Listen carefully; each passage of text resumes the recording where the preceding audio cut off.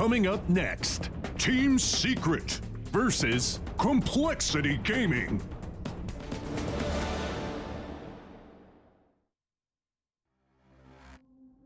Welcome back, ladies and gentlemen. A quick break as we're going to hop right into our second game of the day. It is Complexity versus Secret. This is a pretty exciting one, Trent. How you feeling? Game after game after game. I know, right? We got a lot of these, I hear. Turns out. Yeah, and it is also, it's going to be play after, I guess, is the proper term. So when you look at that schedule, it's a little bit more of an outline. And pretty much as soon as these games are done, we've got that next lobby ready to rock and roll. So it's going to be machine gun Dota, dude. This is rough when you're not on the time zone and you got to like, you're trying to predict when you want to get up, right? Maybe you want to watch your team. And you're like, okay, I got to get up at like this time, but I got to get up a little bit early just in case the games go by too fast. And you wake up and they're only 2 games in or something because of delays. But it's always tough being a fan. I'm usually used to watching it from home, so this is it's a tough life, rare. Trent, being a Dota fan. So many games. It is true. It is hard to keep up with Dota. You could spend 40 hours a week watching Dota very easily and still miss stuff. Oh, wow. Okay, so Complexity Secret, though, thoughts about this series? I think for most people, Secret probably the favorites. I would say so. Obviously, in our opening panel, Red Eye was very confident that Complexity could have a potential upset here. Do you share the assessment? I mean, if you had to put numbers on it, where are you at for odds? Odds? Okay, that's a good question. Best of one, first off, you already can't go into the 90s. I think you got to get out of the 90s when it's best of ones, because anything can happen in Dota. 100%. So let's, I'm going to give like 27%. I can't quite get to 30, but I don't want to give him 25%. Okay. So I'm going to settle with 27%. So you've got Secret as fairly heavy favorites. Yes. Okay. But I know Complexity fairly well. I've known them over the years in terms of their progress and everything. And I know they have some crazy strats. Secret look very cool, calm, and collected right now, Trent. Look at just smiles going over the strats. I'm getting the sense of confidence out of these guys. But look at Simbi. He's got the paper ready, dude. They've got a plan. Okay, well, it looks like we are going to be slightly delayed getting into this game. Some sort of medical issue for Team Secret. So somebody needs Band-Aid. Yep, we're going to have a minute, and I guess we're just going to get to see what they're up to. Oh, there's the Complexity guys. They're looking fairly confident as well. Everybody in the zone. Chef Josh, the drill sergeant in behind. Moo, close to us there. That's Kyle in the middle, and I think that's Z-Freak on the far side with the glasses. You can see the side of his head. Yeah, Kyle's studying up there. I mean, I think one of the coolest strats they ever did was the Wyvern Axe. That was something that dominated when they played it. And like they kind of brought it out, and it was really surprising because I had never seen a team do it, and they destroyed. They had so much fun on that axe out of like nowhere, and you're like, wow, okay, Kyle can definitely innovate. That was a pretty sexy strat. And then another thing they did, well, in terms of like their glory days, was they would copy the IO +1 strats, because obviously Z-Freak's very good on the hero, so we had the IO Bristleback was like a staple for them. And wasn't IO slightly buffed in this last patch? I think they increased the tether duration by 2 seconds. They did, yeah. A very small buff, but it helps. I think Wisp is already a pretty powerful hero. Always scary in best of ones as well. One of those kind of pocket pick types. But, along that same line, Complexity has always been sort of an innovator. I think of Z-Freak as one of the most versatile position 4s. Right, especially right now. I would say he might just hold that title currently because he's playing the Brewmaster lately. He's playing the Nature's Prophet, whereas most people aren't really jumping around a lot of different heroes. They kind of just have their big 3. GH is probably the most iconic one where he just plays like CoL or Earth Spirit, and then that Shaker was kind of mixed in there for a bit, but now it's more of like the Elder Titan. Yeah. So not sure how long our delay is going to be here. I'm not sure if the players know either. They don't know. Cool Trust me, they have no idea. Ace is just like, dude, I abandoned my pub 10 minutes ago, and now, like, what's going on? He probably could have won by now. Oh, that's brutal. That is so brutal. The abandoned, stuck in low prio. Happens to the best of them, I suppose. I think this is one of the most hyped matchups of the day, though, because in terms of, like, underdogs and, like, who can do it, I do believe Complexity can do it. I don't think Paul was 100% wrong, but I'd never tell him that to his face because that would be too nice. Complexity, they can come up with strats. I'm sure they've got something going on, right? They've watched all those secret games. They're a team that watches replays together. They're a scary Bo1 team. There's no doubt about that. They have the highs and they have the lows, like most of NA. So. Now, I'm going to tell you my most hyped match for the day is the Mineski TNC. I am just the region hype. Super stoked for that regional matchup. I think they're also both really strong teams. I'm a little bit of a Mineski fanboy right now. If I had to label a dark horse, I'd probably put Mineski in that category. Yeah, sounds about right. But, we've got a community question. Wow. Okay, good. PGL was prepared with this fill panel. Here we go. Is Wind Ranger finally good this patch? Red Eye wants you to think she is. Yeah, it's actually kind of funny. Right before we went on panel, Red Eye was saying that he's been playing a lot of Position 5 Wind Ranger. and we kind of told him it was good. We kind of universally giggled at him there. But, God, I don't know. It still feels like she needs a lot. And this meta is all about aggression. I don't know. What do you think? Shackle is sweet. If you can hit a 2-man Shackle every fight, you can win a Wind Ranger game. Mm-hmm. But that's a lot of the hero right now. So I need to pull up the patch changes. I know she was tweaked. She's got so many good buffs, though. Like, over the past year, you think about where that hero's gone. She has cool talents, the invisibility with the wind run. Mm-hmm. It's always fun. And you can do javelin things now with her ulti, and she does her little, weird walking ultimate now. She's always been a viable pick if you can land the skill shots, like you said. I can't think of a meta where she's been completely out and never been a potential pocket pick, at least for some teams. I don't know if I would call her universally good, though. Yeah, that sounds like a stretch. Finally good, but I would say she's pickable. It's like, the Mad Money segment where you're like, sell, or don't, those kind of things. She's kind of somewhere in the middle. Yeah. She's just slightly above neutral. If you really like her, you could try it out. You are right that she feels like a hero that has been, stealth buffed over the last few patches. Every patch, there's just a little, okay, Shackle does a little more damage. Okay, Shackle's a little bit less mana. Okay, now you're invisible. When are they going to give her charges on the wind run? Just like Mirana, I think. She'll be like one of those heroes where she starts getting picked and everyone's going to be like, what is this? One more buff. Just one more. I think Thompson is the only person playing Wind Ranger right now. I'm thinking about it. Weehaw is standing in for Pain, and that is one of his favorite heroes. So if you're a Wind Ranger fan, you may want to stick around for that Pain versus EG match coming up later, because that could be one where the Wind Ranger comes out. It's not but probably not. So. Very small chance. The answer is no. It's a long-winded way to say, no, she's not. She's not good. Wow. But it was a good question, though. Thank you. It looks like we might have another question here as we continue through this quick delay. Wow, this is a very open-ended one, Trent. How long is this delay? What's the future of Dota? Wow, all right. This has turned into a Zyori podcast here. Okay. Settle down for an hour or something here. So what is the future of Dota, Trent, if we were to try to broad stroke? Well, a lot of money, I think that's for sure, right? We still have hopefully. Look at this season, right? We only have 40% of the DPC figured out, so there's still 60% of this season to go. Still so many million-dollar turn-ins before we even get to TI for that huge prize purse. So there's a lot of money on the line regardless of what happens. I think this question probably is a little more focused on next season, right? Because we went from no majors to this very structured 3 or 4 majors per season leading up to TI. And now the floodgate has opened and we've got a major or minor every other weekend pretty much leading up to TI at this point. Will that be the case for the next season? Do you think we're going to keep this system? Do you think Valve's going to make some changes? I mean, what's your gut read on the current state of competitive Dota? I think we're close in terms of the DPC definitely feels like an improvement. I like the DPC. Mm-hmm. I think it's pretty cool. Mm-hmm. What about just the future of Dota, the game though? The gameplay. What about just Dota? What is the future of Dota? Are we just gonna play this game forever? Aren't we? Isn't it 16 years or something stupid at this point? So this begs an interesting question of how patches are being delivered. Yeah, now. exactly. Because it's different now. I think the current system for patching is great from a competitive standpoint. You're getting away from that variance. I remember the Dota Pit LAN we casted. Patch comes out right before Dota Pit. That tournament feels like a little bit of a throwaway. Teams are literally just trying new strategies to see what's going to stick. And having the smaller, consistent patches helps prevent that kind of syndrome.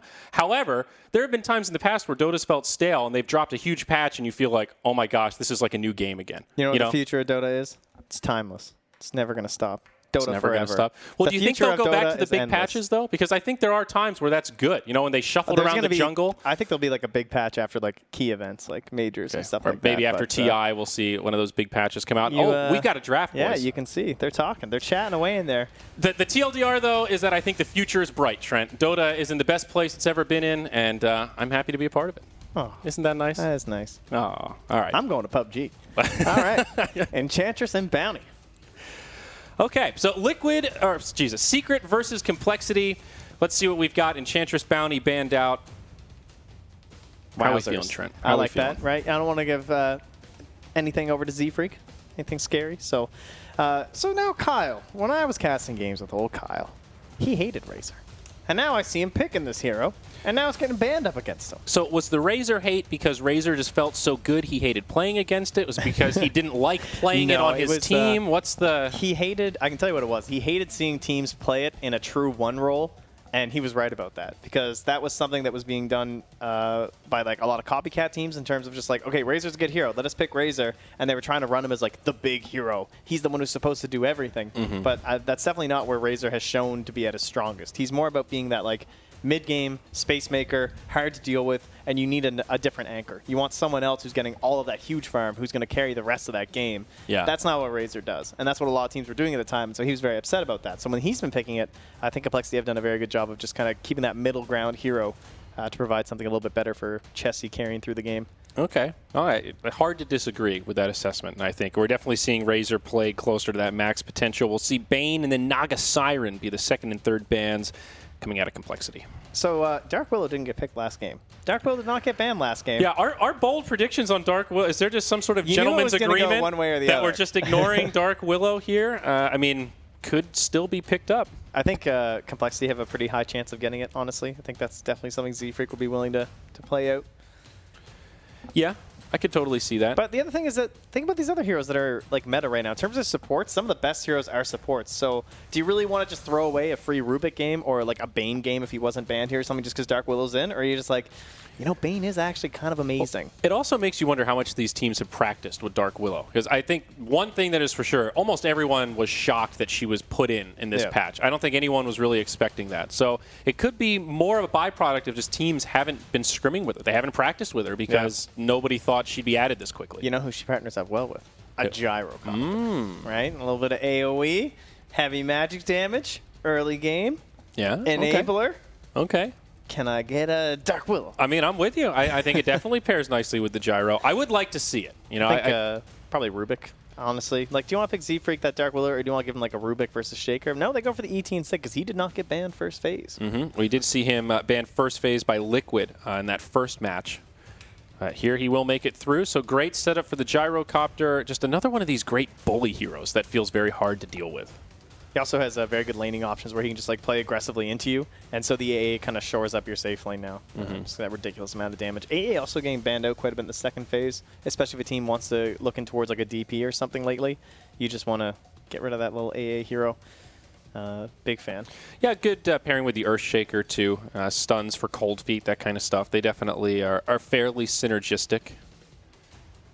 I feel like AA is another one of those heroes that you just have to play around. You know, and a lot of those big mid-game team fights, he's like that techies effect where you just have to play around it. It changes the game. You know, that ultimate is really a big game changer for a lot of heroes. And one of the really nice things for Team Secret specifically, when they actually want to pick this hero first, is that you think about if you have AA, there's a couple heroes that you really want to ban from your opponent getting. You don't want them to have the Sven. Maybe not so much anymore. That was a bigger one before. The CK, I think, is still a pretty important one. So just like those combos in lane for the stuns, we want to remove those. I see. Broodmother banned out by Complexity. I think in best of ones, always a pretty safe bet to prevent Brood from dominating your lanes. You mentioned that Rubik pick. Always good to have against the Earthshaker for that 0 cast point fissure. They're going to ban him out as well. And they actually take care of the puck themselves. I thought that would be a good hero for CoL heading to the next phase. I mean, we just saw that combo from Liquid, but it's a good combo for a reason, right? It works very well together. Just to finish with the A and like the CK and the Sven and everything, the problem with that with Secret is that you can't ban those heroes because you have all these other stupid cheese things you want to ban out, like the Broodmother, sometimes the Meepo. I think Arc Warden is still going to be a concern too. Yeah. So we'll have to see what they want to do. They have to reveal something now for Secret. Or sorry, no, they have the ban, and then Complexity will be the ones to just reveal their 5, but then that's when Secret will have to bring out a core here. Yep. Yeah, Earthshaker AA not particularly telling. It's the Disruptor for Complexity. So some more great team fight. Good catch. Also synergizes very well with the Gyrocopter. He wants to be up in your face, and Disruptor is so good at enabling that. Yeah, probably the best 5 right now, too. Overall, in terms of like most games, look the most impressive in terms of like getting stuff done. You can say that Bane is very stable, and that's why he gets banned out early. He takes away a lot of offlaners, and Rubik, of course, has been played in the 5 quite a bit to great success as well. But in terms of like most games lately, largest games played versus like success ratio of just like that hero himself, Disruptor's looked very strong. Yeah, he's in that weird picking couplet of he's like not scary enough to ban, but still good enough that you want to pick him up early. So you actually see him played a lot more. He has survived past his Naga phase. Yeah. That was pretty much why he was getting picked, right? Is just to like do the song setup and everything. But everyone's like, this hero's actually pretty good. Maybe a lot of those CIS teams were actually onto something. And oh, look who it is! We Yep. picked AA, and now you can't pick it versus our Death Prophet. Who would have thought? There you go. Great team fight for Secret. Now they've got a great AoE silence, some AoE stuns. The beginnings of some good team fight, and you talked about this pick earlier. It's the Nature's Prophet now from Moo. So that'll be, we've seen the flexibility where they can give it to Moo or they can give it to Z-Freak, but with this setup, it should likely be Moo's. Yeah, that's a fair point, but be very surprised to see Z-Freak take it here. Why is NP good here? They're balling up with Shaker and AA. Both supports that want to kind of like linger around. One, the DP's looking to approach a tower. Shaker's looking for important fissures early on, and then the Blink Daggers. AA wants to be lined up for a nice Ice Blast. Doesn't want to be too far away because the hero likes to be way more active now. You don't want to just be like on a side lane. So Prophet can like, while they're trying to set up this perfect push, and Secret are kind of posturing at the tower, Nature's Prophet can abuse the other side of the map during all of that. He can be pushing in other lanes. He can take other towers. It's good for split pushing, and I also think that mid-game team fight, having a fourth global hero that can just join any skirmish can give you so much an advantage in the laning phase. You have a tri-lane on tri-lane, it's pretty even. All of a sudden, that Prophet is there in the back line beating on your Ancient Apparition, and you can turn the fight. I think it just fits the play style that Complexity likes to go for with early momentum, early aggression. Definitely fits the draft they've got going on here. Yep, nice vision for the Disruptor, too. Just Yeah, like he can either TP ahead, or he can just use Treants. Yeah, you're right. Disruptor, all about the vision for those kind of glimpses. I think this is sort of a snowball-y lineup for Complexity, but those are the kind of lineups where Disruptor can tend to really shine. He plays so much better from ahead than from behind, just the nature of glimpse and all that kind of stuff. That's Secret. Minimal time left, delving deep into the reserve, trying to decide what next core they want to grab. And they've made a decision. It's the CK. So you mentioned this combo, CK Ancient Apparition. Of course, a lot of synergy with Reality Rift on top of Cold Feet. The slows from an Ancient Apparition. CK has a lot of problems closing gaps when that Reality Rift is on cooldown or he doesn't have a stun available. And Ancient Apparition, Earthshaker, two pretty much ideal supports to fix the woes of the Chaos Knight. CK is my favorite pairing with AA. And also, you have the Earthshaker, so you don't have to worry about that potential counter pick coming in later. That's true. That's a nicely crafted draft in that sense as well. But AA doesn't mind if a game goes late. You're happy to be AA. You're percent-based. That's great. And especially now, his level 25 talent just got buffed also. Dude, that thing's crazy. Have you seen the AoE on that thing? I don't know. I got to try that one out. But you're right. In terms of scaling supports, AA is pretty high up there.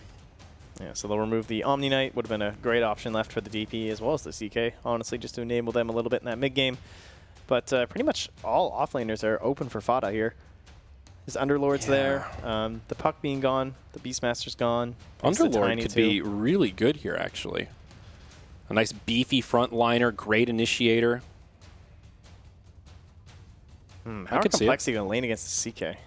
They're going to have to probably fight into his lane as much as possible with the Gyro, the ET, and the Disruptor. You think they'll aggro try?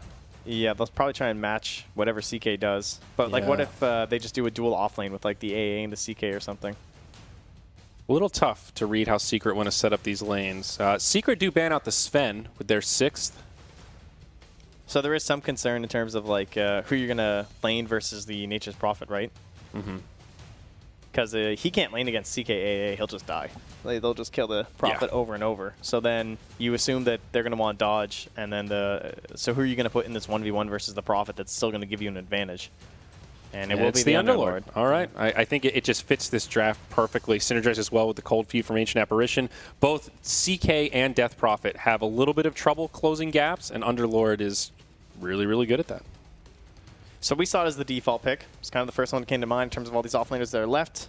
So do Complexity have a plan for it?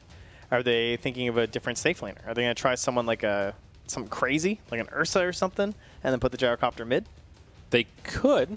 But then if you go Ursa, of course, you've no AoE or something. It's like a CK and everything. But he does very well in terms of like the earliest laning phase versus like Underlord and CK and DP and all this stuff. He can just blow these people up, but not really a Complexity special or anything like that. So I do like the Sven ban. Obviously, he tends to be our little counter pick there. The OD is kind of tempting. just because like the save and everything. It looks all right. I could be okay with the OD. I'm really struggling here, though, Trent. Is there an ideal pick left against the Chaos Knight? In terms of team fight, they have that pretty well rounded out. They have split push, obviously, with the Nature's Prophet. They are lacking a little bit in the physical damage, you could say. Yeah, I mean, Gyro, Prophet have pretty decent physical damage, but compared to someone like a Sven added onto this lineup, it could be a lot more physical damage. Having another initiator that Sven actually would have been so good. Because if he could just jump in and put on that stun, that gives something for ET to follow up and Gyrocopter to follow up, and then Prophet. Whenever you have Prophet in the offlane, you really want either a position. Timbersaw? Could this be a Timbersaw game in some kind of a core role? Ooh, it definitely matches up well against the CK and the Underlord. 4 strength heroes. Somebody who's pretty beefy. They do have Death Prophet. That's silence. They have a lot to He has a lot of some ways to issues deal with him. with the root, though, yeah. The silence, the root, the AA just helping to actually force him down. But what about Wraith King? Is that another one? The second life, you come back, survive that burst. he is lacking a lot in terms of AoE. And then we will get that from a Pugna. Okay. Ooh, okay. So very high speed. Fast game, complexity Dota, kind of a classic here. Huge amounts of push. All of a sudden you go from a team that, okay, you've got the Prophet, that's nice, you can punish team fights, to, oh my, if they win a team fight, they're taking some towers and objectives. So I do like the Pugna from that regard. It is going to be a Mu Pugna, and Chessie is the one that picks up the Nature's Prophet with Limp grabbing the Gyrocopter. So it looks like it will be that mid-Prophet. The old Limp Gyro. He was one of the first people who would max the homing missile.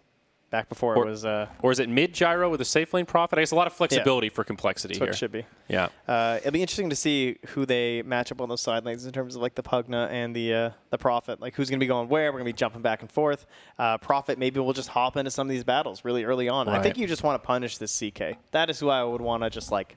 get this guy out of my game, He's one of the scariest heroes to just say, oh, we're just going to sack the lane. Don't worry, I'm going to farm the jungle. You do not want to let CK free farm because he really is all about momentum. A little similar to the Bristleback in that sense, where not the best flash farmer. So yeah, he farms even worse than Bristleback. Yeah, so, like, stacks for CK are kind of like, well, how do I kill these now? Yeah. I need some help. So he has to get either those early kills or that early farm, or else his mid game is really not so fun.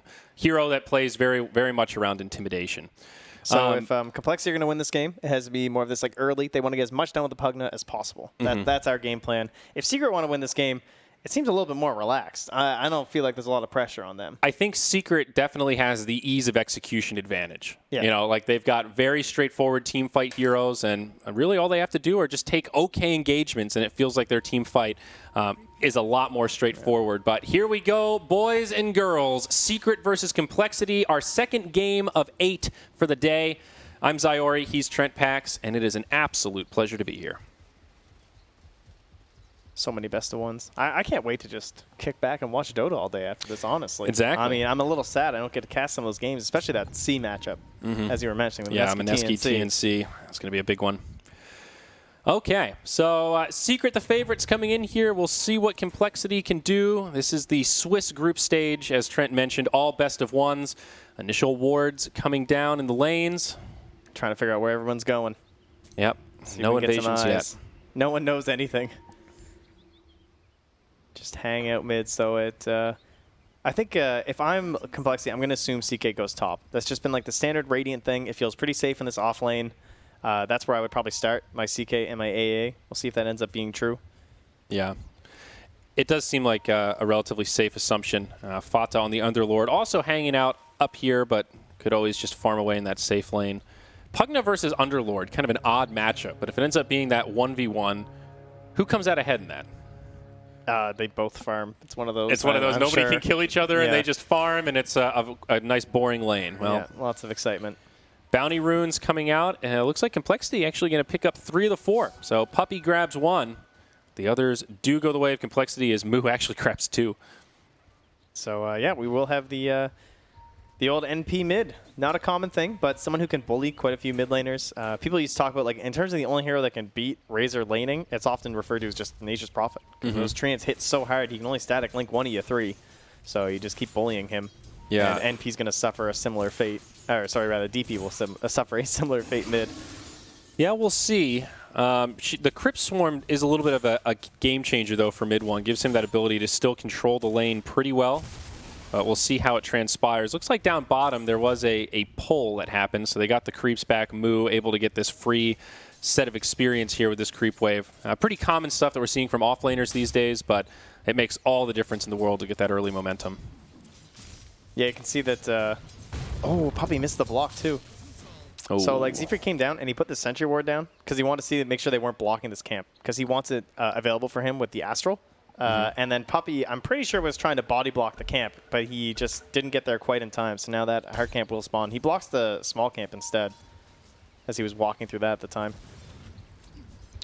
All right, down bottom, Puppy versus Z-Freak.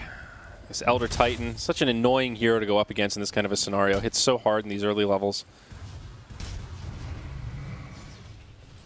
All right, farm we will. Checking in on the mid lane.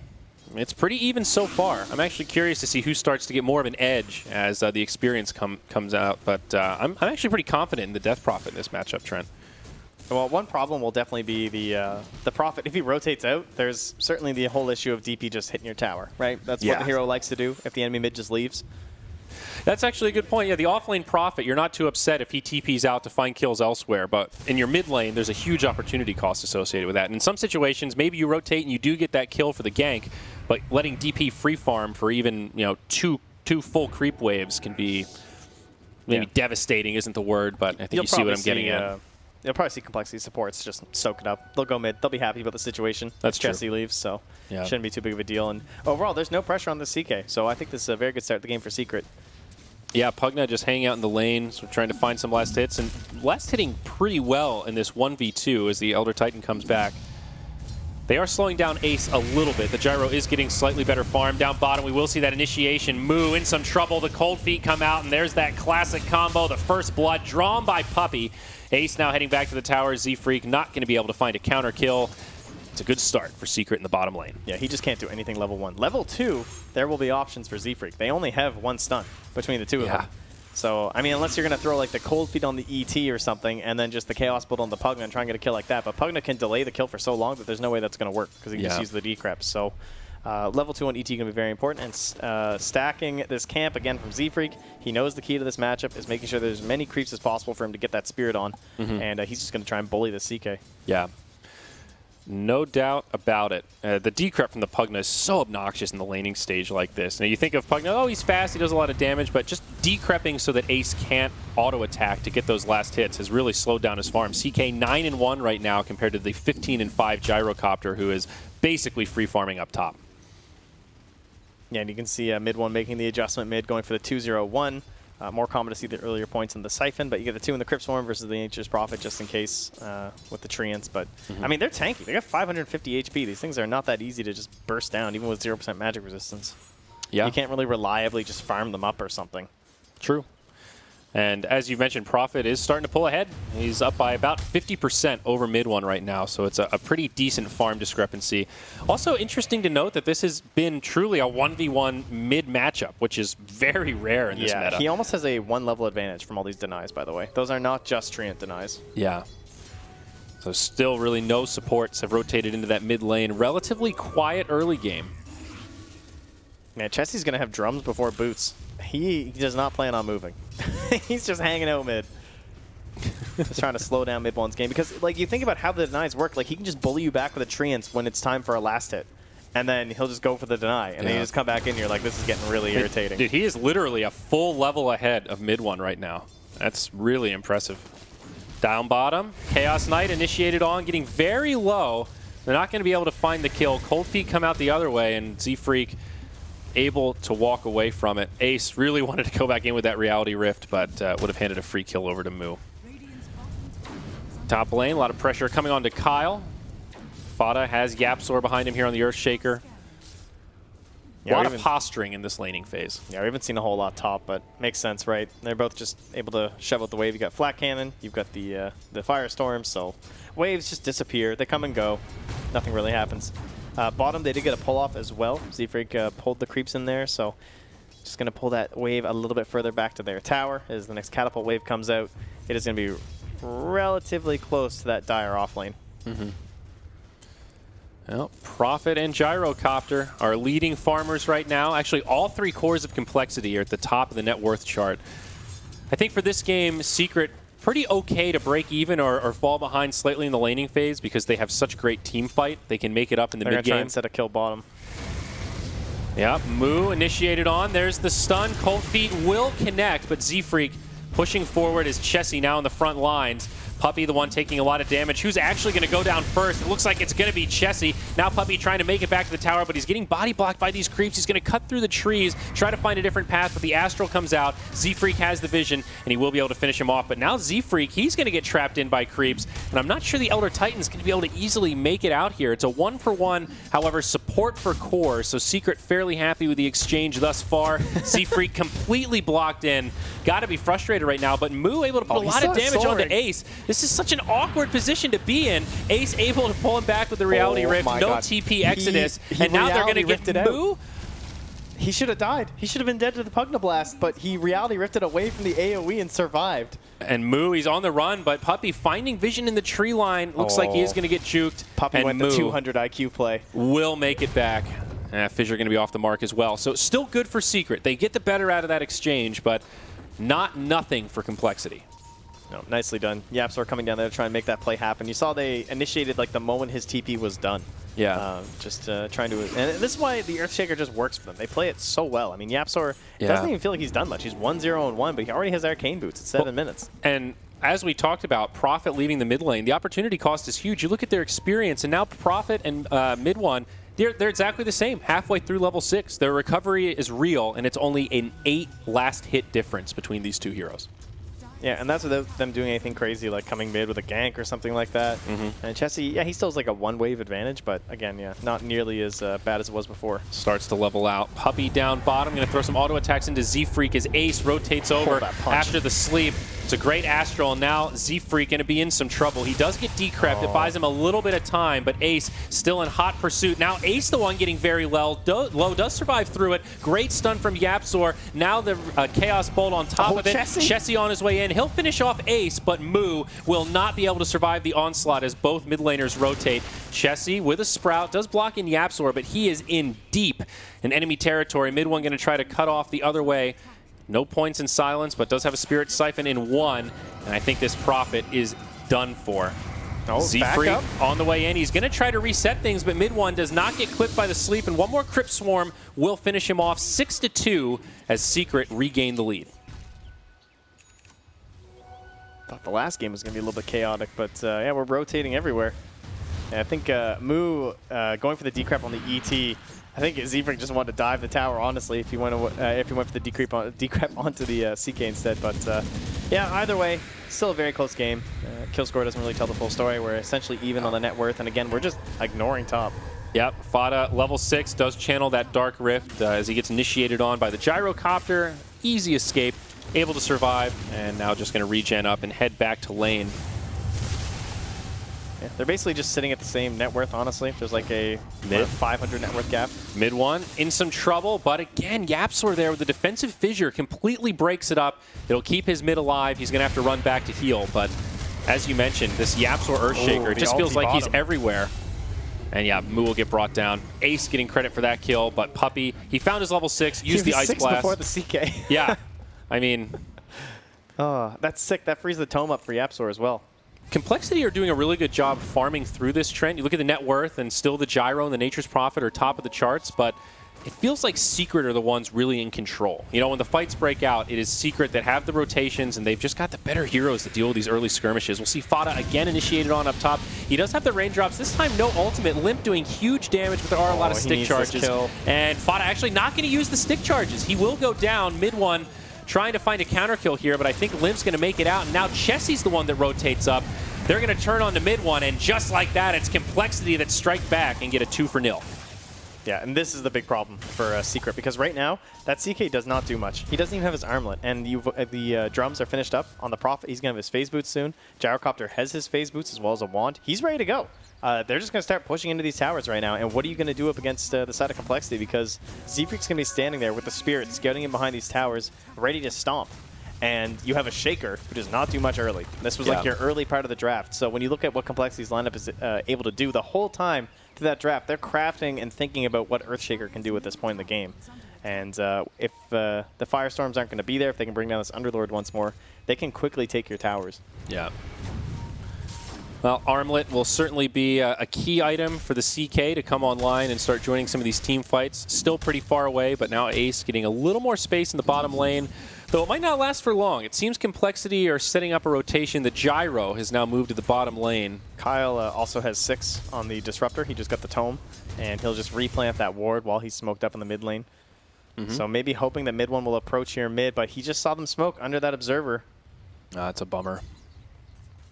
Prophet now spending some time in the jungle. So it does look like Complexity want to do some musical lanes, not only to pressure the CK, but as you were mentioning before, open up some experience. Speaking of CK, for these other cores. we're coming in. The rotation's coming. Nature's Prophet going to start things off. Puppey with a close range Ice Blast going to be off the mark, but now the Cold Feet, the stun on top of that. Chessie may get stunned again. They will find the kill on Puppey, and now they want to chase down Ace. The homing missile slows him down. The Rocket Barrage does so much damage. Move with the ultimate and the glimpse back. This CK is done for. It's another 2 for Complexity. They do lose their Elder Titan this time, but now they'll just transition into a Tier 1 tower push, and there is no way for Secret to stop it. So instead, they get aggressive up top and get a tower of their own. Yeah, as you saw in that beautiful picture-in-picture observing there. High quality. Z-Freak gets ran down under the tower up top. Nice mirrored movement from Secret. They saw what they were doing. They make the call. It's like, all right, just do the same thing top. Yep. Let's just trade it up here. Just make it a wash. And all the while, mid one has the Exorcism on. Puppey's rotated, and Moo actually gets hit by the Ice Blast, but follow-up damage won't be there. Instead, it's Chessie with the Sprout, mid one, trying to get a little bit aggressive here as Yapzor sets up the kill, and they turn on to Chessie, but now Static Storm Kinetic Field out of Kyle. Z-Freak getting very low, but pops some stick charges. Now Ace gets repelled. Complexity able to disengage and not lose any more than that Prophet, so they will go 1 for 1, core for core. This early game Death Prophet is so hard to play without the Eul Scepter. Yeah. It just changes how the hero is done. Like in these fights, just can't do anything. You know, you watch like EG used to do this with Fear quite a bit, where you're like this this mid-game kind of like skirmishing Death Prophet, and it's just not the same hero. It's like a totally different thing. But it doesn't have the silence, so that's not useful in all these engagements quite yet, and just keeps getting blown up every single time because she's just not that farm. But she's getting into it now. She now has the actual staff picked up. Yeah, you definitely understand this build from the Death Prophet, the 4-0-4 with a point in the ultimate, but at the same time, some of those team fights, you wonder if a value point in the silence would have made a difference. We'll see CK take a lot of damage in the mid lane here. He gets glimpsed back into the kinetic field. Moo setting up the kill, securing a killing spree for himself, and of course bringing down that key target in the Chaos Knight, slowing down the timing on that armlet even more. He almost has Veil too, which is just going to jack up a lot of his damage. Oh, but now the turn the other way. Speak of the devil, it's Moo that gets popped quickly. If you get caught by an Ice Blast like that, the burst damage is pretty impressive. Yeah, Life Drain doesn't work very well against that, actually. No. Turns out. It turns out Ice Blast Weird. is pretty effective against Pugna in that regard. Up top, Tier 1 tower pressure from the Nature's Prophet. All those little treants getting it pretty low, but he will bring them back as to not feed any additional farm away. But still forces two TPs. Meanwhile, Puppey caught in the jungle. That's another freebie for Limp. This is part of the power of that Gyrocopter. So much magical burst damage in the early levels, and then, of course, stack. he can transition into that physical damage dealer. That is juicy. Oh, yeah. DD rune too. Oh, that's convenient at 14 minutes. So, yeah, Limp at 6K net worth. We'll just take note of what he jumps to after clearing out this triple stack, I believe, and all these other neutrals nearby. It's probably going to be a nice 500 gold for him, at least. Don't forget about your lovely, who got the stack here? Oh, Gyro actually has the neutral camp stack, and one of them is for Z-Freak. So he's getting some returning gold here great. from his own stack. So, yeah, Gyro in a very good place. And even this Prophet finding a lot of farm. We talked about Chessie being a momentum-based kind of player in this game. He's going to go right into the Orchid. And it looks like he's playing this more right-click focused Nature's Prophet, which will feel a little bit more like a carry. It's about 850 gold. So with the passive gold there, he gained like about 800 goldish. 800. So even more than I thought. Wow. BKB on the horizon because of that. He's about halfway through the Mithril Hammer, so we're going to have a BKB probably by 17 minutes or so. Yeah, one thing that I noticed from a lot of the Chinese teams at Katowice and as well as during the qualifiers for Dream League is that early game BKBs have become like kind of the meta for China. I think that's why Bane is so important right now, especially for them, is that you want these supports that can actually do stuff through BKB. And a lot of them just aren't that common right now. Honestly, like, I guess you could say AA is to some extent because you can still provide, like, the debuff and everything. But Secret, for example, they don't have anything against the BKB. So this Gyrocopter is going to have total free reign. Yeah. I guess the Exorcism, kind of the one thing that goes through it, but, you know, not burst damage by any stretch. And not going to KOL them either. But yeah, that's fair. You watch point. a lot of the Chinese games and they have, like, 4 BKBs done by, like, 25 minutes or something stupid. You know what I mean? That's just, like, every core is buying it right away. KP went treads into a BKB on a core Elder Titan in one of our games. So it's certainly the play over there, but they also play a lot of 5-man Dota. They're into that kind of stuff. It's definitely a different meta compared to what we see on the global stage. Mid lane, we'll see a Glyph come out to defend this tower as mid one deploys the Exorcism. Complexity with a lot of heroes nearby. It seems they do want to mount a defense. They'll pull back mid one into the Static Storm kinetic field, but do they actually have the damage to finish him off? They do, but now the other way. Moo getting pretty low. The Underlord catching him with a Firestorm. They'll go 1 for 1, but Puppey up top gets brought down by Chessie. And now on the other side of the fight, it's Ace trying to make it away. Looks like he'll make it to the high ground as Yapzor turns it with the Fissure. They bring Limp to the high ground with the Reality Rift, but they're not able to finish him off. Limp just going to fly away as Fata gets left behind in the mid. The homing missile will help make the exodus for the Gyrocopter. Z-Freak kind of gets left behind and in the mix gets brought down by a Firestorm. Underlord did have an Arcane Rune on for that fight, so Fata actually put out way more damage than you'd normally expect an Underlord to. Yeah, it might be what caught him out there, but Yapzor as well. I mean, this is a Shaker without Blink, and he comes in and gets himself like 1,400 damage as well. Yeah. And he's about to have that Blink now with the Tower Gold. Yeah. Big plays from this Earthshaker as we would normally expect. I guess bittersweet for Secret that they weren't able to kill the Gyrocopter there. I think they had the right idea to isolate him with the Reality Rift, but you know, quick movement down to the south. Limp was able to just scurry away with the phase boots. He's pretty quick. Yeah, he's closing in on level 15 as well. One of the more important things for Gyrocopter to get that +3 flat cannon attacks. Even with a BKB, you can still pump out a ton of damage because of that. Yeah, I mean, that's like, was 50% increase. You normally get 6 attacks and it takes it up to 9, so. It's crazy. Yeah, it's definitely a key talent. I mean, that applies for your farming too. It's just... I also what think a hero. This Orchid for Complexity is going to be huge, Trent. Yep. Mid lane, we could see another skirmish break out, but this Prophet is very close.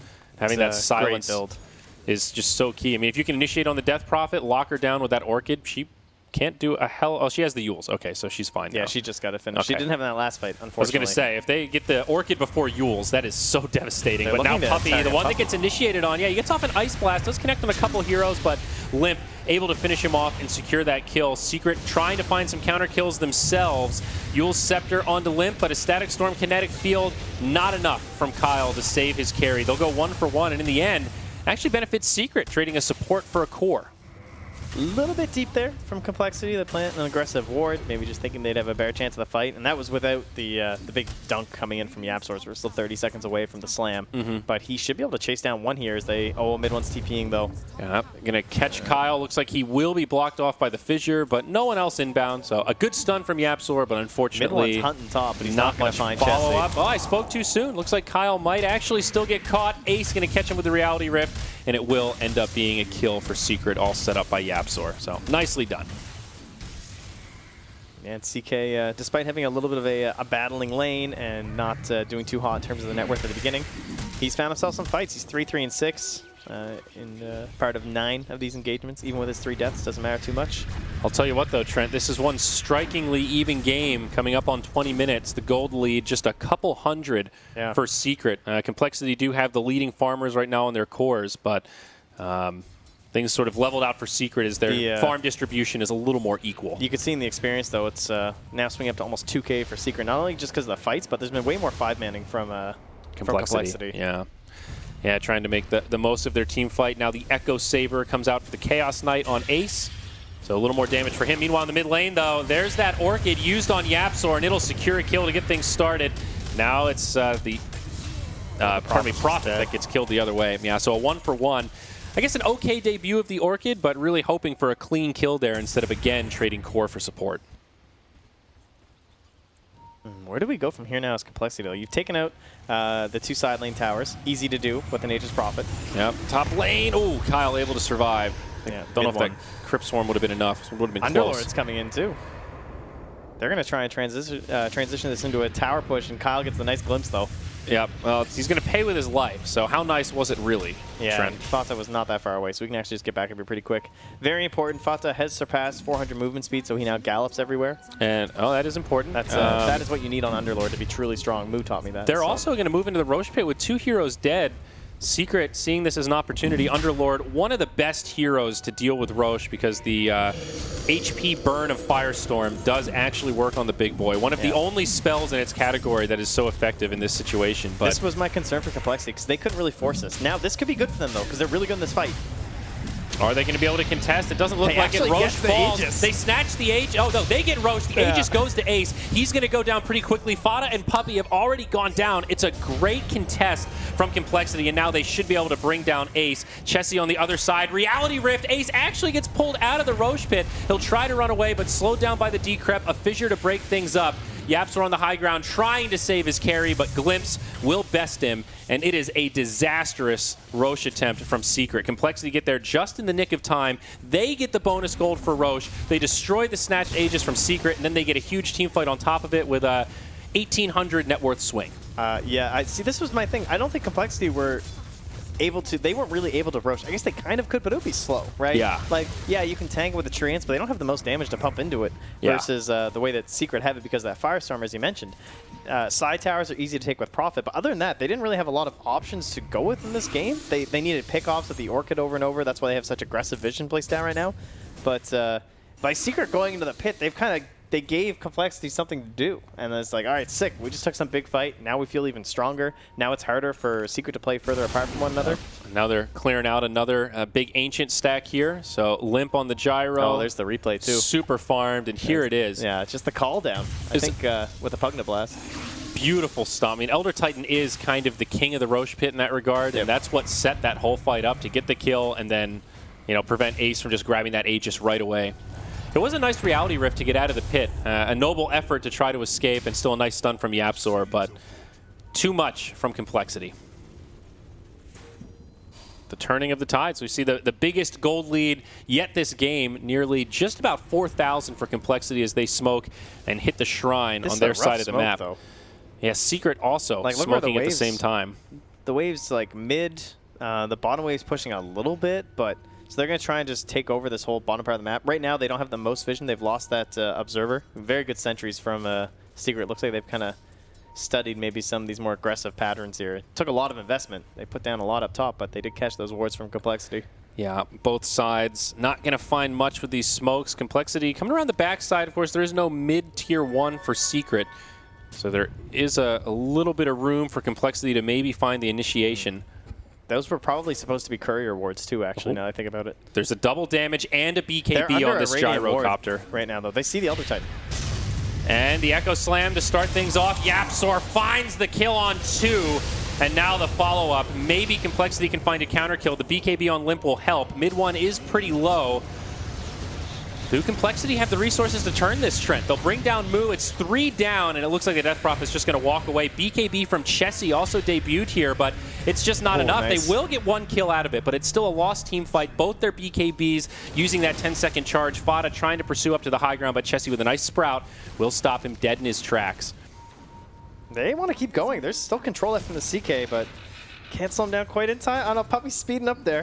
I don't think they'll get it. Along on those they're going to let him get away. But I mean, again, Trent, Yapzor. Dude, that ward, that was just perfect, right? Like, Fata walks in, they're sitting on the ward, he gives them the root right into the slam. Could not have been set up easier for Secret there. Beautifully done. So they maybe like a overly defensive wards in a lot of games. Like, how often do they just have an observer like right there as the Radiant side, you know? But they kind of understand what Complexity need to do. That's all about that next level of Dota. It's not about like, what do we need to do to win? You have to think about, okay, what does my opponent need to do? Yeah. What are they thinking they want to do? They want to play aggressive and get Orchid kills and transition to the towers. So we're like pre-warding to fight up against that right now. Yeah. I am a little worried about this farm discrepancy. You know, you look at Secret, and yeah, their farm is okay, but the Chaos Knight is just kind of middle of the pack. You know, he's working on his BKB, he's hanging in there, but seems like the Gyrocopter is just farming so much better. Right. You know, Complexity have done a really good job maintaining these stacks and making sure Limp just has everything he needs to shine. But who does more with the same amount of gold? I mean, definitely the Chaos Knight, right. I think. So, I mean, if this CK gets on top of this gyro, he is dead. Yeah. He will just explode. And Earthshaker is one of the best heroes up against those earlier BKBs simply because if he jumps you before you get it off, then you invested in a BKB that you then didn't use in that fight, and you're probably not that tanky because you didn't buy a lot of stats at this point. Now, I will say the item build from Fada makes a lot of sense here. The Yules and the Pipe, they're great, but going right into the Crimson Guard, this is an amazing game for Crimson. Very good against the Gyrocopter, also incredible against this kind of core Nature's Prophet that we're seeing. Yep. One of the heavier right-clicking off lanes. But yeah, as you said, mostly the Gyrocopter is just where we start to see this item quite a bit more. Yeah. And it helps for your buildings too, right? Certainly doesn't hurt being able to that's a pump fair them up. point. Prophet looks like Silver Edge going to be coming up next for him, or at least a Shadow Blade to start. So some mobility tools, let him get in the back line. Yeah, I don't think it's worth going Silver Edge this game. Come on, dude, you got to break that atrophy aura. No, it's all about the Chaos Ray, clearly. But yeah, so not the ideal Silver Edge game. Shadow Blade for sure, right? He's just going to work his way split pushing across the map. Yeah, Moo also working on his BKB. Not a big surprise there, as we've talked about, but Magic Immunity becoming a key piece of this match for both teams. Yeah, this is the Barracks BKBs. They don't even want to take fights, I don't think, unless it's a really good fight with the 9 second or whatever left. Or I guess they're now down to 8 on Limp and 9 on Chessie. But these are we want to take your buildings. Yeah, I think you're absolutely right about that. Both teams right now looking to farm up that next round of core items. So I think really both sides are happy to just farm relatively evenly. Secret have actually closed the gold gap just a little bit over the last few minutes. Complexity more grouped up, as you've mentioned. There's just been a lot more kind of 5-man from them, and that is continuing right here as they invade the enemy jungle and limit space on the map for Secret to farm. The smoke will get broken. It's actually another double damage on this Gyrocopter, so that's part of the reason why Complexity wants to fight so badly right now, but seems Secret will not give them that opening. Yeah, pinging Kyle. He knows he's sitting in those trees because the Observer Ward mid. He really wants to jump Kyle. Pings coming out from both sides.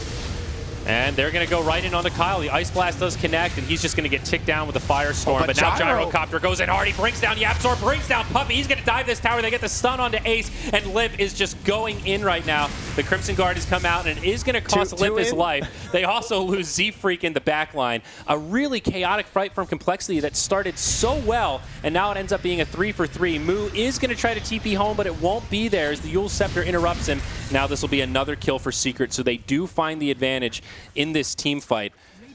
Yeah, that Chaos Knight doesn't need gold, dude. You see how much damage this guy puts out? Easy. Look at 1,000 damage in 2 seconds on that Gyrocopter. Just got completely blown up. Yeah. As well onto the Pugna. So easy game.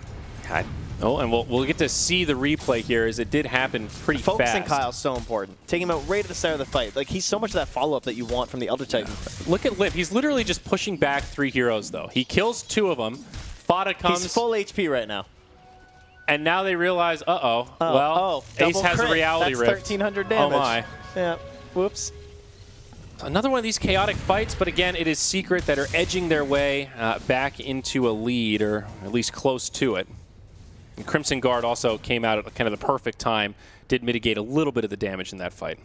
This feels like one of those tick-tock kind of games. But you think Complexity are on the timer? Oh, I think so. I mean, we said in the draft, Ace, Earthshaker, I'm happy to go late. Let's go. You guys don't want to push, we don't want to push.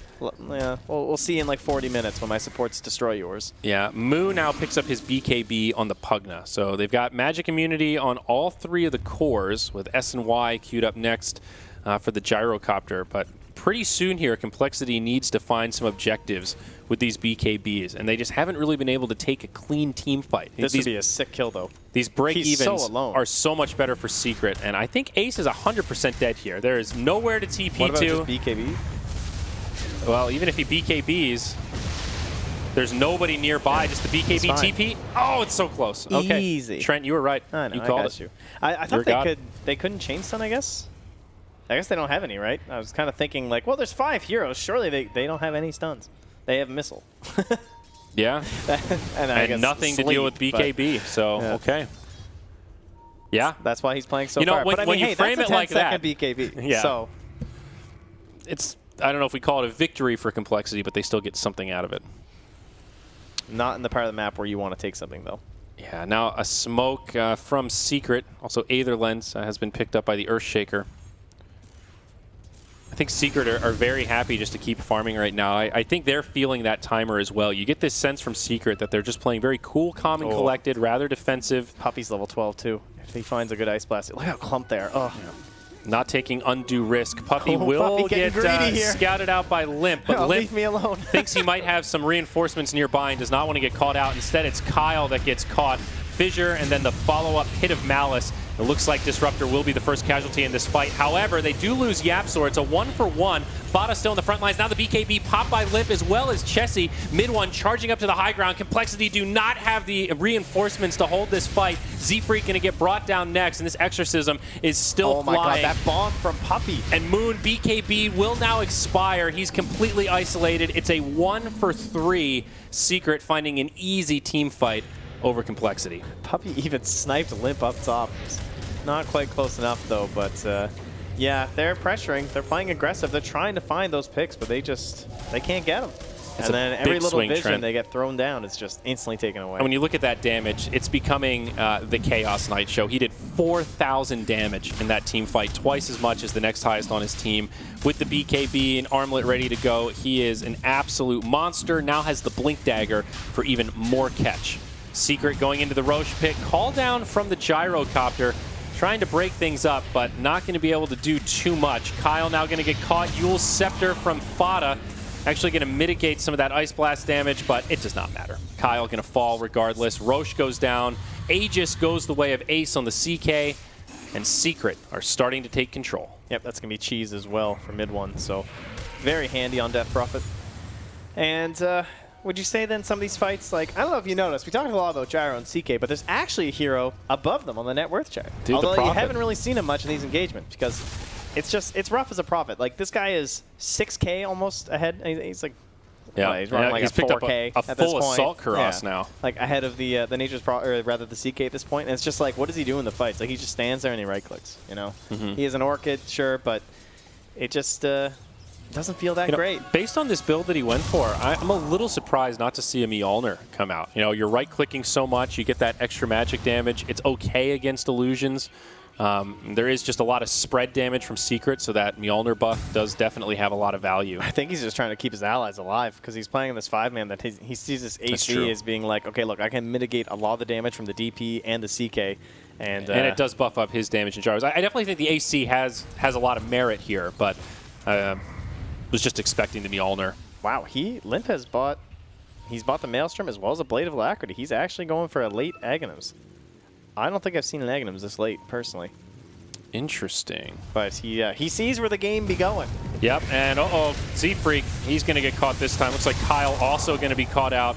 So both supports of Complexity dying simultaneously. A few more freebies going the way of Secret. Do you think this Aghanims is the right call, though, coming out of Limp on the Gyro? I mean, if the game goes another 45 minutes, sure.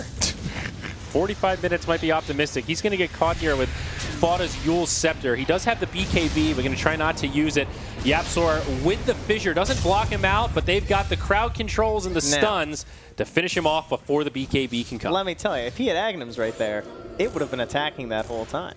That is a handy thing. He's being chain stunned like crazy. But no, more importantly, I think it's just like he needs that HP. It's a lot of damage. It's a lot of magic damage. Yeah. It is going to be helpful. And seriously, though, the right clicks during the stuns do kind of help. He's trying to clear out illusions of a CK. I don't know if he's going to get it at a time where it matters in this game. That's exactly my thought. I think the Aghanims is never a bad idea on Gyro in theory, but the build-up is something to be concerned about. Dude, now the high Ace ground begins. Ace goes in onto Kyle. He makes him waste Static Storm back there. Yeah, well, okay, he's going to throw away the Aegis, but he's coming back to life. And meanwhile, that Tier 3 tower is taking a lot of damage. The Glyph has already been used. Ace doesn't have an ultimate, but they don't need it. The Exorcism has done a lot of the work. Chessie, and now they jump in. He's doing his thing. Yep, they'll catch the Pugna. Pugna buys back immediately. I mean, Chessie with the right idea down in the bottom lane. He's going to get this Tier 3 probably. Yeah, he got it. The Rat has come in.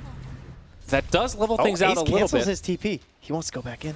Yep. He's sneaking in the trees. Oh, in the Dire base, Ace, he jumps in, drops the stun on Moo. This is going to be a dieback if he falls here, and he does. The BKB also used. Now Z-Freak caught by the Ice Blast. They just need a little bit more damage. Ace wants this. He has the Reality Rift. Dude, he'll catch him, player. and he'll bring him down. Now mid one, maybe in some trouble as Limp pops his BKB. A buyback used by the Elder Titan as well. Complexity know how important it is to hold here. Oh, Ace does not survive. Almost brings down Kyle, but it will cost him mid one. He's going to pop the cheese. He's going to reset and try to continue on in this fight. Complexity low on resources, a lot of low HP heroes, but Secret kind of low on damage right now with that CK dead. I think Secret might be ready to disengage. The Pit of Malice comes, and Fada will just start to retreat. Puppey does have a homing missile chasing him down, and Chessie is hanging out in the tree line. They see him, and now mid one turns the other way. It's Limp that's getting really low. The Ice Blast comes, but it's not even needed as the Gyrocopter dies, dead for 80 seconds. Chessie now getting low. Mid one still alive. Oh no, Complexity are losing so much here, and Secret are gaining so much to boot. On the backside, mid one will fall as Kyle drops a nice kinetic field. Secret are finally starting to get cleaned up. Now the Orchid comes out on the Underlord. Yapzor's coming for the big save. This Underlord is so beefy, though. He's got a full Radiance here, Trent. He's not an easy hero to bring down. Yapzor the stun on Kyle. That'll bring him down on the side. And now it's a 2-on-2. Fada and Yapzor versus Z-Freak and Chessie as the Radiance just continues to burn them down. Z-Freak on the run. He's got another Echo Stomp, but is it going to be enough? It's going to be so close, and he will make it away. Or will he? He got a bounty rune out of it. So, a ridiculously chaotic fight there, Trent. But if we can recap, both teams get a Tier 3 tower. Yep. The main difference is that Complexity used 3 buybacks to make that happen. Oof. So, a lot of damage done by the Nature's Prophet there, 8,200. But, yeah, 3 buybacks to trade evenly with objectives obviously gives Secret a huge advantage. Yeah, if it weren't for the buyback, I mean, honestly, I'm still surprised Complexity got that much out of it, right? Like, considering the situation of that marching Secret and how scary they look. They had Aegis, they had Cheese, and you got a Tier 3, and they got a Tier 3. I mean, that's pretty good. Definitely costlier than you would like, but it has opened an opportunity, right? That might be the understatement of the day so far. Costlier than they'd like. Yeah, 3 buybacks at 30 minutes is pretty far from ideal, my friend. Hey, those shrines, though, got to remember, the shrines are free. For the dire side. They just send some treants in there. They're going to die. What are you going to do? You can't stop that. Yeah, that's true. They will get a little bit of income from the shrines. That is true. A very small positive against a slew of negatives here, but I like that you're looking for answers. You know, that old F5, looking at the inventories, though, Secret are getting some huge items on the way. Octarine Core completed for Death Prophet, and they have a gem, so now Vision might become an issue for Complexity. We mentioned that Radiance, but CK very close to a Heart of Tarrasque, and that's when this hero starts to feel just unkillable. Yeah, that's the Siege engine right there. Back away for 2 seconds, full HP again. Yep. Yapzor, he wants to get involved. He just grabbed some bots.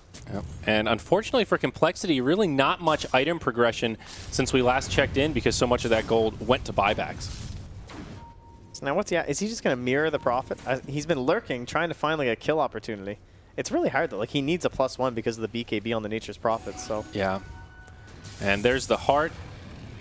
Prophet going for a Nullifier. That's interesting. That's a good choice. If he can stop that Yule Scepter from the DP and like the Sheep's Guard and everything during the Stack Storm, might be a way to actually kill her since she doesn't have the BKB. That's true. Mute very effective against the DP. Fada pretty far forward down bottom. Also has a Halberd finished up. Needs a turn with the Courier, but the Disarm, of course, always good to have against Gyrocopter. Especially the Prophet. Honestly, like his only thing is he right-clicks really hard. That's true. Ace is going to find another catch. It's Z-Freak that gets caught in the trees, and on the other side, Pugna with the Yules will survive for now, but Fada just so beefy. The Static Storm kinetic field doesn't even really slow him down that much. BKB popped by Chessie. They find that kill, but now the CK is here. Lip with his BKB on. He's putting out as much damage as he can. Magic immunity on both sides as Ace wants the Reality Rift, but gets fogged. Down south, they're chasing Chessie into the tree line. Yapzor with the Force Staff, able to close the gap, takes the Orchid and sets it up for Puppey to connect with the Ice Blast. Another gap. They might have closed the game here. He is done. It's another chaotic fight. He's gone for 2 minutes. 1 for 3, and yeah, out of the game. No buybacks available on the 3 dead heroes for Complexity. They do have a Glyph, but this bottom lane probably going to turn to rubble. I mean, this is a Gyro with no BKB for 35 seconds. Yeah. Like, there's no way. 4-second stun onto Moo. This poor Pugna now silenced immediately after the stun. He gets brought down. Reality Rip. They're going to catch Limp. He does have a buyback, but to what end here, Trent? Yeah, they don't have tier 2s. I didn't even realize. Yeah, there are tier 2s standing in the other lanes. So Secret not going to be able to get more out of this. They will be able to push in mid most likely and get this tier 2, but Complexity might actually catch a break, and despite back-to-back deaths there, they won't lose more than a single lane. Bless you, Nature's Prophet, and your annoying split push, making it so that we still have all of our towers when we're down 20k. Yeah, it's still an absolutely insane lead, and Roche will be coming up pretty soon. A minute 30, okay. So still a little while, but we may see Secret stay a little more defensive until Roche comes out, and then just secure that next Roshan, and it becomes a pretty easy push. And you'll get that Refresher Shard, so you have things like double Exorcism, double Phantasm. Pretty scary. Oh, I hope we get to see that. I don't know if we will. I feel like the game's going to be over by then. But I'd like to see the double CK plays. Yeah, it's devastating to say the least. You know what? Let's just give it a puppy, I think. Oh, Ace is in. He's doing that thing again. Yep, diving into tier 4s would be that thing. He gets a 4-second stun, a follow-up fissure, and Z-Freak actually does survive through it. Just been a glimpse there from Kyle, yeah. The save plays. Still, the tier 2 mid falls. And Secret now one step closer. Looks like they ping out the Shrine. They still have another tier 2 to take out. I think if you're Secret right now, you clear out the enemy jungle, you get this Shrine, you drop some wards down. Chessie's angry. He's saying, hey, wait a second. I forgot I could take these shrines. Now that you're taking my shrine, I'm going to take your shrine. Yeah, little Trian's going to start ticking it down. Might be able to find a kill onto Yapzor, but no, he still gets the blink off despite the Orchid coming out. Well played. Yeah, no damage in time. And that means he can get to his shrine in time. So Limp has completed the Aghanims on the Gyrocopter. Is this a game changer, Trent? Like, is this enough for Complexity to try to hold this and to make a turn? That's a negative. But it is the starting to, you know, it's the building block of, like, if there's a chance. I mean, I always think of the lifesteal as being one of the key pieces of the Aghanims. Of course, the Maelstrom is big, but, you know, that little side gunner will lifesteal for you while you're stunned up. If you have lifesteal. If you have lifesteal, which he doesn't. Of course. So that could be an issue. But you're right. And he gets like a no satanic Vlads, or something, right? But Yep, no Vlads. Okay. Yeah, it's a rough one. It's a sticky wicket. Roche has respawned, though. It's been scouted out by both sides, I believe. Still that tier 2 standing in the top lane. A little bit of buffer for Complexity. Is there a key item or something that Secret is waiting for until they force the issue here? Maybe just feeling like they have such a big lead that they can be the patient ones in this scenario. Yeah, I think they're just going to like force Complexity into weird spots by like forcing this Roche fight. Like right now, they are way outside their base. This is not a comfortable position for you to fight as Complexity. So they're like trying to just secure this high ground, hold on to it. But is this really where we want to take an engagement? Hello. Dire Courier going to fly overhead, and that'll be some free gold for Yapzor. No cargo, but Secret's still happy to find a pick off there. The smoke has kind of been revealed as Fata charges in the front line. Hello.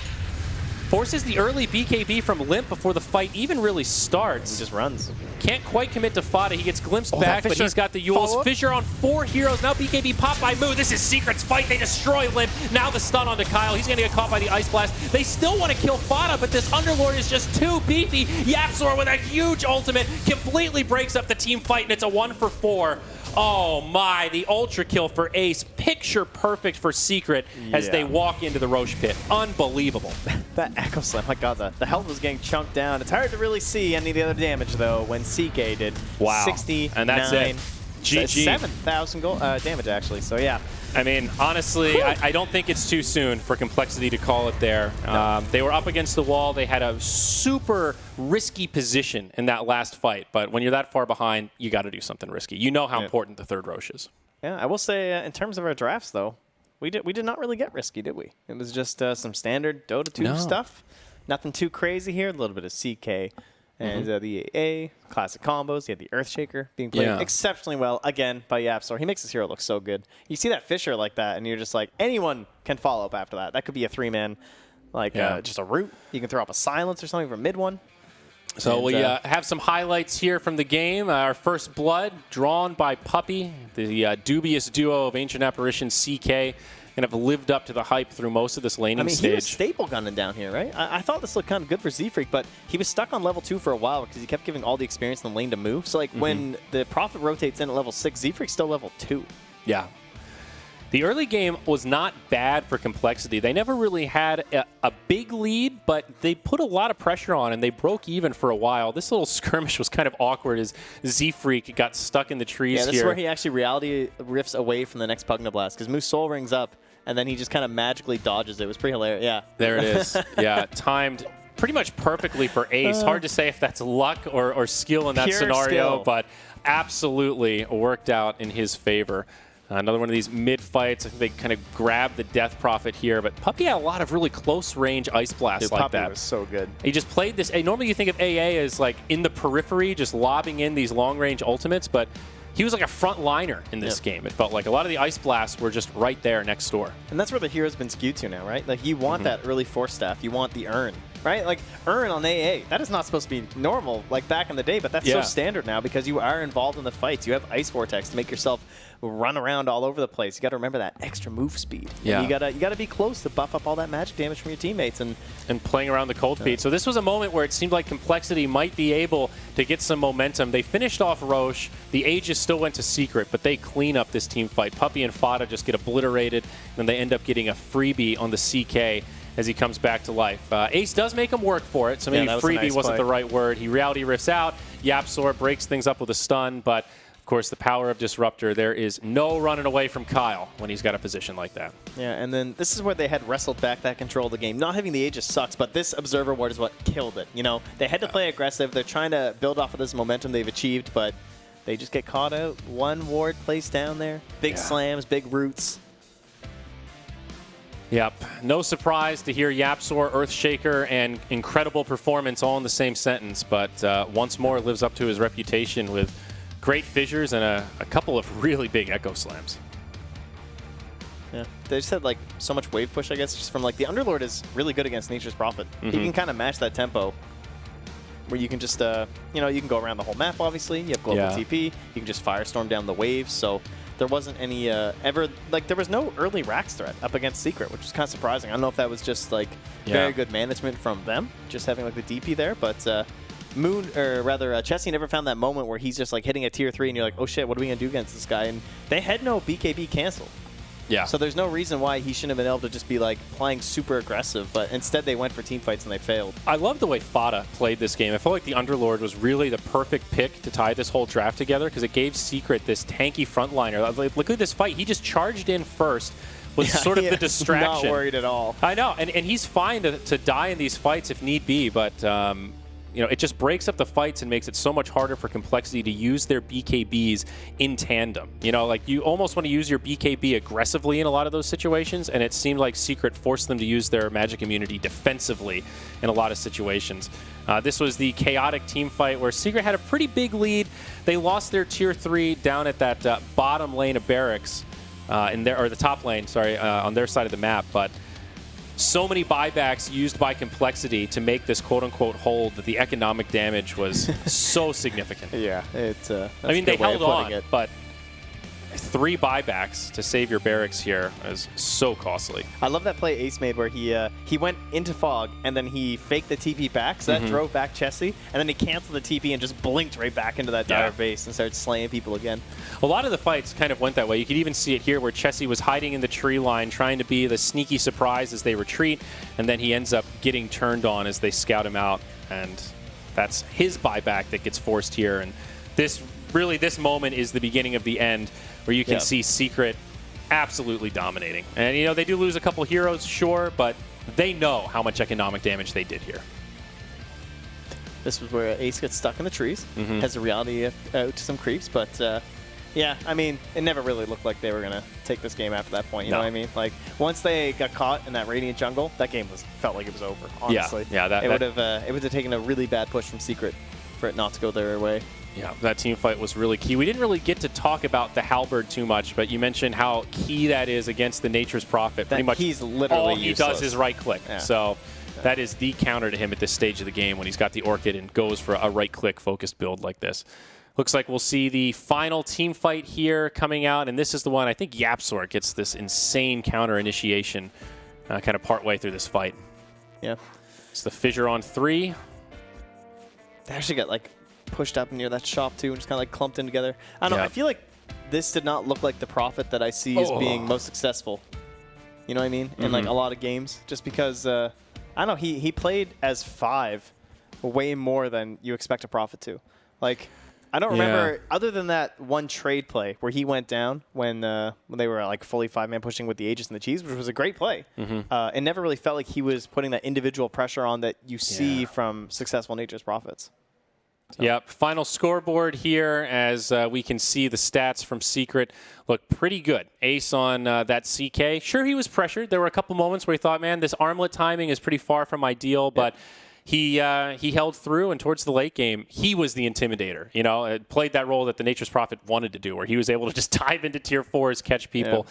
That's the CK. That's tough to go up against. And Mid1 did a good job, too, of playing that Death Prophet when you really don't want to. Like, he had to play it differently than you ideally would. He didn't, you know, he couldn't just wait for Yules and then fight. So, before the break, like that. Personal MVP that game, mine was Yapsor, 100%. Of that game? Maybe Fada. I don't know. Fada or Puppy, I would have to give it to. Okay. I thought... Fada did have a pretty standout performance as well. Ace as well. I think he's someone who doesn't usually play that. I know, Oh, so I'm Secret real were bad. the MVPs. Secret Great, Trent. were That's good. I don't know. It's hard because like Fada was such just like the stalwart there it helper is. throughout the entire game. They gave it to Fada. It was Fada. I'm down. Okay. I'm You going win. with Fada. He was my first pick. I'm in there. No, his positioning was on point that game. He played that Underlord. He farmed well. He put pressure on in the lane. And then in those mid-game team fights, he had no fear. Yeah. But no, as you said, I thought Ace, again, did well with the dive-ins on the CK. And then Puppy, he sniped, man, on that Ice Blast. Yeah. Like, a couple long bombs there. But we have a lot of games to go today. We do. So we're going to take a break. I think there's even going to be a little bit of a switch in talent. So you have some new casters coming up next. But it is EG versus Pain. So a little NA versus SA type action. Stick around because there is a lot more Dota coming your way here at day 1 of the Bucharest Major.